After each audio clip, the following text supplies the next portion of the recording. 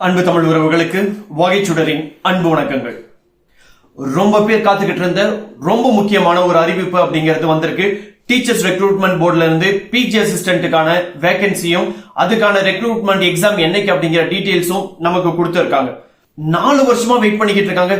எப்பதான் நமக்கு இந்த பிஜி அசிஸ்டன்ட் போஸ்ட் போடுவாங்க, எப்பதான் நம்மளை கால்ஃபர் பண்ணுவாங்க அப்படின்னு சொல்லிட்டு காத்துக்கிட்டு இருந்தாங்க. அவங்க எல்லாருக்குமான தரமான ஒரு அறிவிப்பு இப்ப வந்திருக்கு. சோ அந்த அறிவிப்பை பார்த்தின கம்ப்ளீட்டான டீடைல்ஸ், எவ்வளவு போஸ்ட் இருக்கு, எந்தெந்த சப்ஜெக்ட்டுக்கு எவ்வளவு போஸ்ட் இருக்கு, பிசிக்கு எவ்வளவு, எம்பிசிக்கு எவ்வளவு, ஓசிக்கு எவ்வளவு, பிசிஎம்க்கு எவ்வளவு, எஸ்சி எஸ்டி எஸ்சிஏ எல்லாருக்குமே எவ்வளவு போஸ்ட் அலாட் பண்ணியிருக்காங்க, பேக்லாக் வேகன்சி எவ்வளவு இருக்கு, அது மட்டும் இல்லாம என்னென்ன டாக்குமெண்ட்ஸ் வேணும், எப்போ அப்ளை பண்ணி முடிக்கணும். இதை தவிர நான் எம்காம்ல மேனேஜ்மெண்ட் படிச்சிருக்கேன். இது நார்மலா படிக்கக்கூடிய எம்காம்க்கு ஈக்குவலண்டா, அதுக்கு ஏதாச்சும் கவர்மெண்ட் ஜிஓ போட்டிருக்காங்களா அப்படின்னு சொல்லி கேட்டீங்கன்னா போட்டிருக்காங்க. அதுக்கான ஜிஓஸ் இருக்கு. சோ இது மாதிரியான எல்லா டீடைல்ஸுமே இந்த வீடியோல நம்ம உங்களுக்காக கொடுக்க போறோம். அதனால மறக்காம நம்ம வீடியோவை ஃபுல்லா பாருங்க. அண்ட் கடைசியில டிஆர்பிக்கான டிப்ஸும் கொடுத்திருக்கேன். அதனால மறக்காத ஃபுல் வீடியோவை பார்த்து ஒரு லைக் கொடுத்து உங்க ஃப்ரெண்ட்ஸோட ஷேர் பண்ணிக்கோங்க. அவங்களுக்கு இந்த இன்ஃபர்மேஷன்ஸ் எல்லாம் போய் சேரட்டும். வாங்க வீடியோக்குள்ள போகலாம். So government of Tamil Nadu teachers recruitment board date இன்னைக்கு 10/7/2025 நோட்டிபிகேஷன்ஸ் அப்படிங்கறத விட்டுருக்காங்க. சோ இவங்களுடைய அபிஷியல் வெப்சைட் அப்படிங்கிறது இந்த இடத்துல கொடுத்திருக்காங்க. www.trb.tn.gov.in அப்படிங்கறதா இவங்களுடைய அபிஷியல் வெப்சைட். சோ நோட்டிபிகேஷன் என்ன சொல்லியிருக்காங்க? Post graduate assistant, physical director grade 1, computer instructor grade 1 in school education and other departments in Tamil Nadu higher secondary school education service அப்படின்னு சொல்லி கொடுத்திருக்காங்க. சோ அப்ளிகேஷன் போடுறது அப்படிங்கிறது ஆன்லைன் மோட் அப்படின்னு சொல்லி தெளிவா கொடுத்திருக்காங்க. என்னைக்கு வரைக்கும் அப்படின்னு சொன்னா அடுத்த மாதம் ஆகஸ்ட் 12ஆம் தேதி மாலை 5 மணி வரைக்கும் நீங்க அப்ளிகேஷன்ஸ் போடலாம் அப்படிங்கிற டீடைல்ஸ் கொடுத்திருக்காங்க. அடுத்து எவ்வளவு போஸ்ட் இருக்கு அப்படின்னா, சோ இதனுடைய கோடு 25 PGA அப்படின்னு கொடுத்திருக்காங்க. சோ இவங்களோட லெவல் ஆஃப் பே அப்படிங்கிறது 18. சோ மினிமம் சேலரி உங்களுக்கு 36,900 ரூபாய் மினிமம் சேலரியா இருக்கும். So total number of vacancies பார்க்கும்போது 1996 அப்படின்னு சொல்லியிருக்காங்க. இது Tamil, English, maths, physics, chemistry, botany, zoology, computer எல்லாமே சேர்த்து 1996 போஸ்ட் இருக்கு அப்படின்னு சொல்லியிருக்காங்க. இதுல 80 பேக்லாக் வேகன்சி, ஏற்கனவே எடுக்காம விட்டுருக்கக்கூடிய அந்த பேக்லாக் வேகன்சியையும் இந்த இடத்துல சேர்த்து இருக்கிறாங்க. அதை சேர்த்துதான் 1996 அப்படின்றத கொடுத்திருக்காங்க. சோ இதுல டேட் ஆஃப் நோட்டிபிகேஷன் அப்படிங்கிறது 10/7/2025. இன்னைக்கே நீங்க அப்ளை பண்ண ஆரம்பிச்சிடலாம். லாஸ்ட் டேட் அப்படிங்கிறது 12/8/2025. எடிட் ஆப்ஷன் கொடுக்குறாங்க. சோ நான் அப்ளிகேஷன் போட்டதுக்கு அப்புறம் எடிட் ஆப்ஷன் அப்படிங்கிற ஒரு ஆப்ஷன் கொடுக்குறாங்க. 13ஆம் தேதியில இருந்து 16ஆம் தேதி வரைக்கும் கரெக்ஷன் விண்டோ. இந்த கரெக்ஷன் விண்டோல நீங்க ஏதாச்சும் தப்பா தவறுதலா எடிட் பண்ணிட்டீங்க, அப்லோட் பண்ணிட்டீங்க அப்படின்னு சொன்னா அதை மாத்துறதுக்கான ஆப்ஷனும் 13ஆம் தேதியில இருந்து 16ஆம் தேதி வரைக்கும் ஆகஸ்ட் மாதம் கொடுக்குறாங்க. சோ டேட் ஆஃப் எக்ஸாமினேஷன் ரொம்ப ரொம்ப ரொம்ப முக்கியமான விஷயம். டேட் ஆஃப் எக்ஸாமினேஷன் அப்படிங்கிறது 28/9/2025 செப்டம்பர் மாதம் 28ஆம் தேதி உங்களுக்கான எக்ஸாம் அப்படிங்கிறது இருக்கு, பாத்துக்கோங்க. அடுத்து சப்ஜெக்ட் வைஸ் பேக்லாக் வேகன்சி அப்படிங்கறத கொடுத்திருக்காங்க. எந்தெந்த சப்ஜெக்டுக்கு ஏற்கனவே போஸ்டிங் போடும் போது அந்த போஸ்டிங் எடுக்காம விட்டுருக்காங்க அப்படிங்கிற பேக்லாக் வேகன்சியும் இந்த இடத்துல கொடுத்திருக்காங்க. நாம இப்ப பார்க்க வேண்டிய முக்கியமான விஷயம் இந்த இடத்துல தான் இருக்கு. சோ தமிழ்ல 185 போஸ்ட் இருக்கு, இங்கிலீஷ்ல 171 போஸ்ட் இருக்கு, மேத்தமேட்டிக்ஸ்ல 205, பிசிக்ஸ்ல 207, கெமிஸ்ட்ரியில 195, botany 126, zoology 115, history 57, geography 9, economics 137, commerce 149, political science 6, computer instructor grade 1 50, physical director grade 1 87. ஆக மொத்தம் 1699 போஸ்ட் இந்த இடத்துல இருக்கு. சோ இதுல எம்பிசி வெல்ஃபேர் டிபார்ட்மெண்ட்ல இருக்கிறவங்களுக்கு ஒரு 23 போஸ்ட் ஒதுக்கி இருக்காங்க. அதே மாதிரி பார்த்தோம் அப்படின்னு சொன்னா ஆதி திராவிடர் வெல்ஃபேர் டிபார்ட்மெண்ட்டுக்கு ஒரு 81 போஸ்டும், ட்ரைபல் வெல்ஃபேர் டிபார்ட்மெண்ட்டுக்கு ஒரு 31 போஸ்ட், சென்னை கார்பரேஷனுக்கு ஒரு 43 போஸ்ட், கோயம்புத்தூர் கார்பரேஷனுக்கு ஒரு 16, மதுரைக்கு 4, அதே மாதிரி டிஃபரண்ட்லி ஏபிள்ட் அவங்களுடைய வெல்ஃபேர் டிபார்ட்மெண்ட்டுக்கு ஒரு 6, அது விஷுவலி சேலஞ்ச்டு டிபார்ட்மெண்ட்டுக்கு ஒரு 6, ஹியரிங் டிபார்ட்மெண்ட்டுக்கு ஒரு 6, தமிழ்நாடு ஃபாரஸ்ட் டிபார்ட்மெண்ட்டுக்கு ஒரு 7 போஸ்ட்.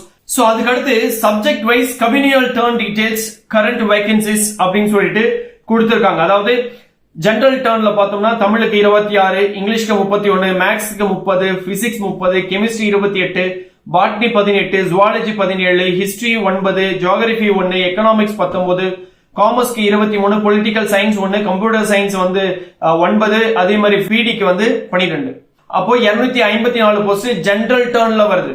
இது மட்டும் இல்லாம தனித்தனியா உங்களுக்கு பிசில என்னென்ன வரும், அதே பிசிஎம்ல எவ்வளவு வரும், அதுக்கப்புறம் எம்பிசில எவ்வளவு வருது, எஸ்சில எவ்வளவு வருது, எஸ்டில எவ்வளவு வருது, எஸ்சில எவ்வளவு வருது, அதுல எல்லா கேட்டகரி வைஸ் பிரிச்சு போட்டிருக்காங்க. இந்த பிடிஎஃப் நம்ம வீடியோவோட டிஸ்கிரிப்ஷன்ல கொடுக்குறேன். மறக்காம டிஸ்கிரிப்ஷன்ல கிளிக் பண்ணி இந்த பிடிஎஃப் டவுன்லோட் பண்ணி இதை வச்சுக்கோங்க. இதை வச்சுட்டு கம்ப்ளீட் டீடைல்ஸ் தெரிஞ்சுக்கோங்க. ஆனா நான் என்ன உங்களுக்கு சொல்வேன் அப்படின்னா, நீங்க உங்களுடைய தளராத உழைப்பால ஜெனரல் டர்ன்ல நீங்க போஸ்டிங் வாங்குறீங்க அப்படிங்கிற எண்ணத்துல நீங்க படிங்க.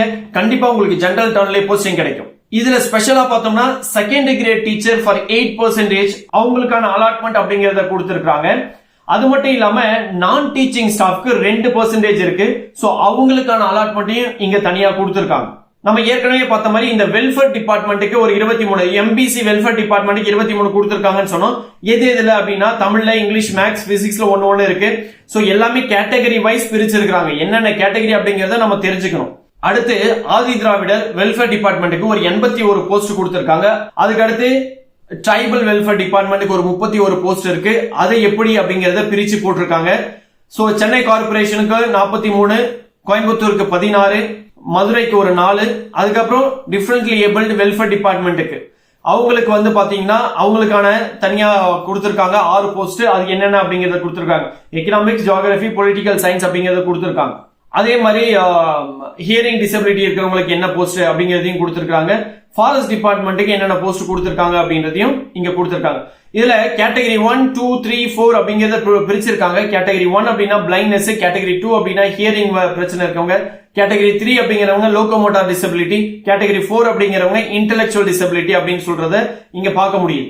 சோ இந்த இடத்துல ஒரு விஷயத்தை நம்ம நோட் பண்ணோம். Reservation for persons studied in Tamil medium. PSTM certificate வாங்கி வைக்கிறீங்க அப்படின்னு சொன்னா இந்த விஷயத்தை தெளிவா பாத்துக்கோங்க. யாருக்கு அப்ளிகபிள் அப்படின்னா ஃபர்ஸ்ட் ஸ்டாண்டர்ட்ல இருந்து தமிழ் மீடியம் படிச்சிருக்கணும். எப்பனா நீங்க எம்எஸ்சி பிஎட் முடிக்கிற வரைக்கும் தமிழ் மீடியத்துல நீங்க படிச்சிருந்தீங்கன்னா மட்டும்தான் உங்களுக்கு இந்த பிஎஸ்டிஎம் எலிஜிபிள். சார் நான் 6வதுல இருந்து படிச்சிருக்கேனா எலிஜிபிள் கிடையாது. சார் 11வதுல இருந்து படிச்சிருக்கேன் எலிஜிபிள் கிடையாது. நான் காலேஜ் மட்டும் தமிழ் மீடியத்துல படிச்சிருக்கேன் சார் கிடையாது. நான் ஸ்கூல் தமிழ் மீடியத்துல படிச்சிருக்கேன் சார் கிடையாது. என்ன தெளிவா சொல்லியிருக்காங்க அப்படின்னா, person studied in Tamil medium means a person who studied through Tamil medium of instruction from first standard and up to educational qualification prescribed for direct recruitment in the rules or regulations. First ஸ்டாண்டர்ட்ல இருந்து நீங்க காலேஜ முடிச்ச வரைக்கும் எல்லாமே தமிழ் மீடியத்துல படிச்சிருந்தா மட்டும்தான் நீங்க இந்த பிஎஸ்டிஎம்க்கு எலிஜிபிள் ஆகுறீங்க. சோ இதுல ஒரு முக்கியமான விஷயத்தை இந்த இடத்துல கொடுத்திருக்காங்க. அதாவது நீங்க ஃபர்ஸ்ட் ஸ்டாண்டர்ட்ல இருந்து காலேஜ் வரைக்கும் தமிழ் மீடியத்துல படிச்சிருக்கீங்க, பிஎஸ்டிஎம் அந்த ஒரு ரிசர்வேஷன் கேக்குறீங்க அப்படின்னா ஆன்லைன்ல அப்ளிகேஷன் போடும் போதே நீங்க இந்த சர்டிபிகேட் பிரிஸ்கிரைப்டு ஃபார்மேட்ல போயிட்டு உங்க ஸ்கூல்ல காலேஜஸ்ல எல்லாம் சைன் வாங்கி கொண்டு வந்து அதை ஆன்லைன்ல அப்ளிகேஷன் போடும்போது அப்லோட் பண்ண வேண்டி இருக்கும். இன்கேஸ் நீங்க அப்லோட் பண்ணாம விட்டீங்க அப்படின்னு சொன்னா failure to upload such documents at the time of submission of online application shall not be considered under PSTM reservation. அதனால மறக்காதீங்க, இப்பவே போய் நீங்க தமிழ் மீடியத்துல படிச்சீங்க அப்படிங்கிறதுக்கான அந்த சர்டிபிகேட்டை ரிசர்வேஷன் ஃபார் டிஃபரெண்ட்லி ஏபிள்டு பர்சனுக்கு 4% ஹரிசாண்டல் ரிசர்வேஷன் இருக்கு, அதை செக் பண்ணிக்கோங்க. இதே நீங்க ஸ்போர்ட்ஸ் பர்சனா இருந்தீங்க, நீங்க பிடி கிரேட் 1க்கு நீங்க அப்ளை பண்றீங்க அப்படின்னு சொன்னா உங்களுக்கு 3% கோட்டா இருக்கு, அதையும் செக் பண்ணிக்கோங்க. அதுக்கு அப்ளை பண்ணுங்க, ஈஸியா உங்களுக்கு போஸ்ட் கிடைக்கும். அடுத்து ஏஜ் குவாலிஃபிகேஷன் அப்படிங்கறத பார்க்கலாம். as on 1/7/2025 வரைக்கும் உங்களுக்கு ஜெனரலா பார்க்கும்போது 53 வயசு. இதே நம்ம BC, MBC, SC, SCA, ST இவங்க எல்லாருக்குமே பார்த்தோம்னா 58 வயசு வரைக்குமே நீங்க அப்ளை பண்ணலாம். அதுக்கு ஏஜ் எலிஜிபிலிட்டி இருக்கு. அடுத்து எஜுகேஷனல் குவாலிஃபிகேஷன் அப்படின்னு பார்க்கும்போது நீங்க நமக்கு ஏற்கனவே தெரியும் பிஜி முடிச்சிருக்கணும், பிஏ, எம்ஏ, பிஎட் முடிச்சிருக்கணும், அல்லது பிஎஸ்சி, எம்எஸ்சி, பிஎட் முடிச்சிருக்கணும், அல்லது பிகாம், எம்காம், பிஎட் முடிச்சிருக்கணும். இது மாதிரி நீங்க முடிச்சு 50% ஆஃப் மார்க் போஸ்ட் கிராஜுவேஷன்ல வச்சிருக்கீங்க அப்படின்னா நீங்க எலிஜிபிள் ஆகுறீங்க இந்த பிஜிடிஆர்பிக்கு அப்ளை பண்றதுக்கு. அடுத்து இந்த இடத்துல ஒரு முக்கியமான விஷயத்தை பார்க்கிறோம், ஈக்குவலன்ஸ் ஆஃப் குவாலிஃபிகேஷன் அப்படின்னு சொல்லிட்டு நான் பயோடெக்னாலஜி படிச்சிருக்கேன், அந்த பயோடெக்னாலஜி படிச்ச நான் வந்து போயிட்டு சயின்ஸ் எடுக்க முடியுமா அப்படின்னா கிடையாது. சோ அதுக்கான ஈக்குவலன்ட் சர்டிபிகேட் இருக்கா அப்படிங்கறத செக் பண்ணிக்கோங்க. இதே நான் பிடெக் எம்டெக் படிச்சிருக்கேன், அது ஈக்குவலண்டான கம்ப்யூட்டர் சயின்ஸ் டிகிரி அப்படின்னா அந்த ஈக்குவலன்ட் ஜிஓ அப்படிங்கறத அந்த யூனிவர்சிட்டிஸ் கொடுத்திருப்பாங்க. சோ அதனால அந்த யூனிவர்சிட்டிக்கான ஈக்குவலன்ட் ஜிஓ அப்படிங்கறத நீங்க தெரிஞ்சுக்கணும் அப்படின்னா இந்த இடத்துல ஒரு வெப்சைட் கொடுத்திருக்காங்க. இந்த வெப்சைட்ல போயிட்டு அந்த ஈக்குவலன்ட் சர்டிபிகேட்டை நீங்க அப்லோட் பண்ற மாதிரி இருக்கும். இல்லனா வாங்கி வச்சுக்கோங்க. உங்களுடைய சர்டிபிகேட் வெரிஃபிகேஷன் அப்போ கண்டிப்பா கேட்கறதுக்கான வாய்ப்பு இருக்குது.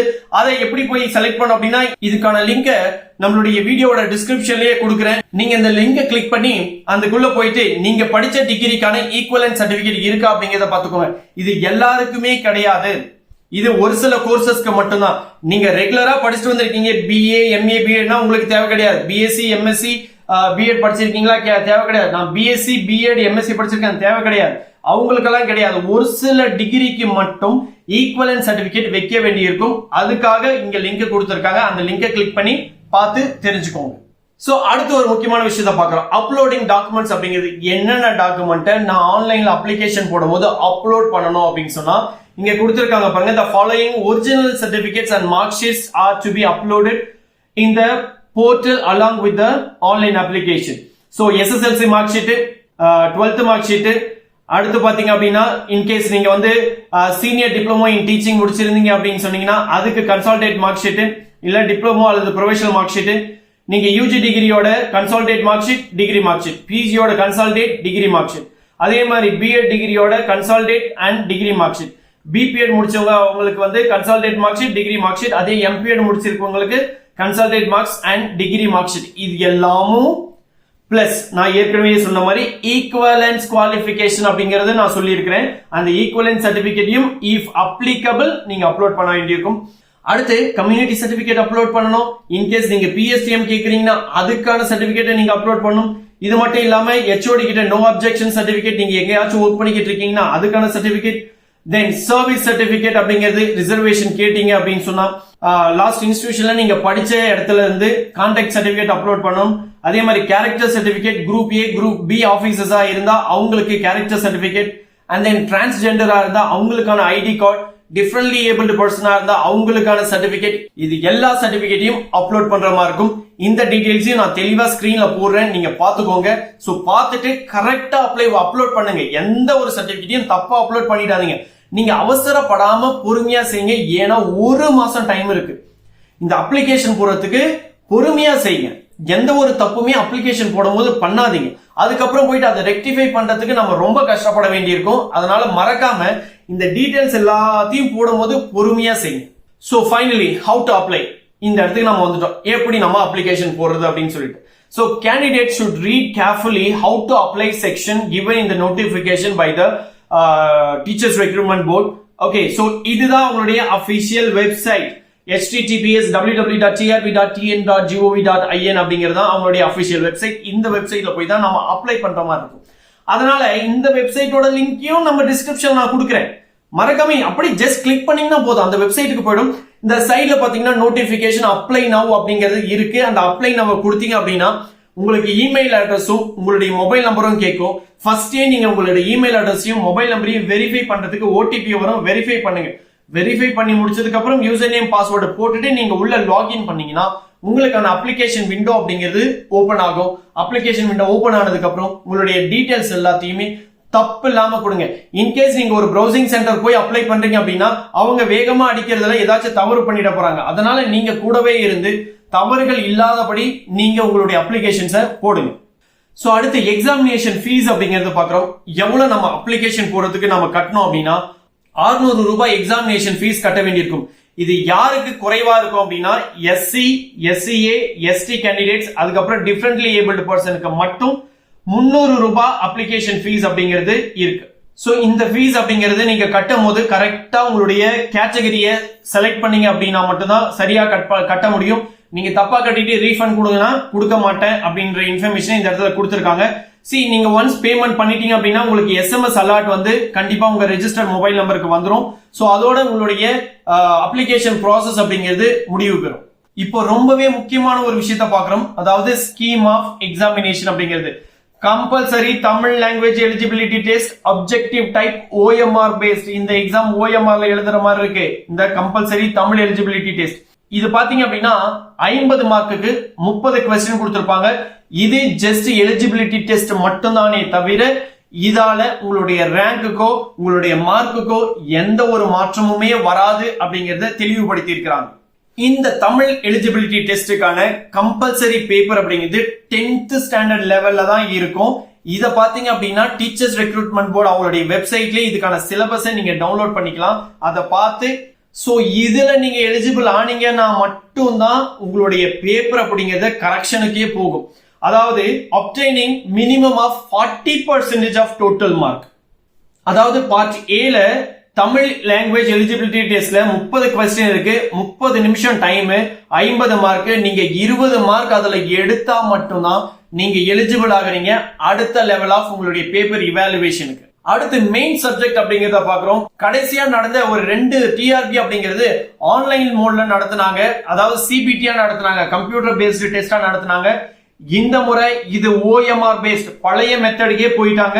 Scheme of examination for post graduate assistant, physical director grade 1, computer instructor grade 1 எல்லாமே இப்போ OMR பேஸ்ட் டெஸ்டா இருக்க போகுது பாத்துக்கோங்க.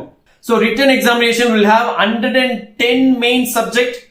அடுத்து சைக்காலஜி ஒரு 30, ஜெனரல் நாலேஜ் ஒரு 10, மொத்தம் 150 மார்க்குக்கான ஒரு பேட்டர்ன் இந்த இடத்துல கொடுத்திருக்காங்க. உங்களுடைய மெயின் சப்ஜெக்ட்ல இருந்து 110 மார்க், சைக்காலஜில இருந்து 30 மார்க், ஜிகே 10 மார்க், மொத்தம் 150 மார்க்குக்கு உங்களுக்கான பேட்டர்ன் அப்படிங்கறத கொடுத்திருக்காங்க.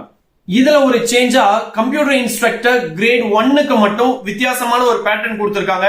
அதாவது கம்ப்யூட்டர் சயின்ஸ் சப்ஜெக்ட்ல 130 மார்க்குக்கும் சைக்காலஜி 10 மார்க்கும் ஜிகே 10 மார்க், சோ டோட்டலா 150 மார்க்குக்கு உங்களுக்கான பேட்டர்ன். சோ இதுல மினிமம் குவாலிஃபையிங் மார்க் அப்படிங்கிறது எவ்வளவு அப்படின்னு பார்த்தோம்னா ஜெனரல் டர்ன் பிசி எம்பிசி எல்லாருக்குமே 50%, எஸ்சி எஸ்சிஏ இவங்களுக்கு 45%, எஸ்டில இருக்கிறவங்களுக்கு 40% மினிமம் குவாலிஃபையிங் மார்க்கா இருக்கு. இதுக்கப்புறம் ரேங்க் வரும், அந்த ரேங்கின் அடிப்படையில் உங்களுக்கு போஸ்டிங் அப்படிங்கிறது கிடைக்கும்.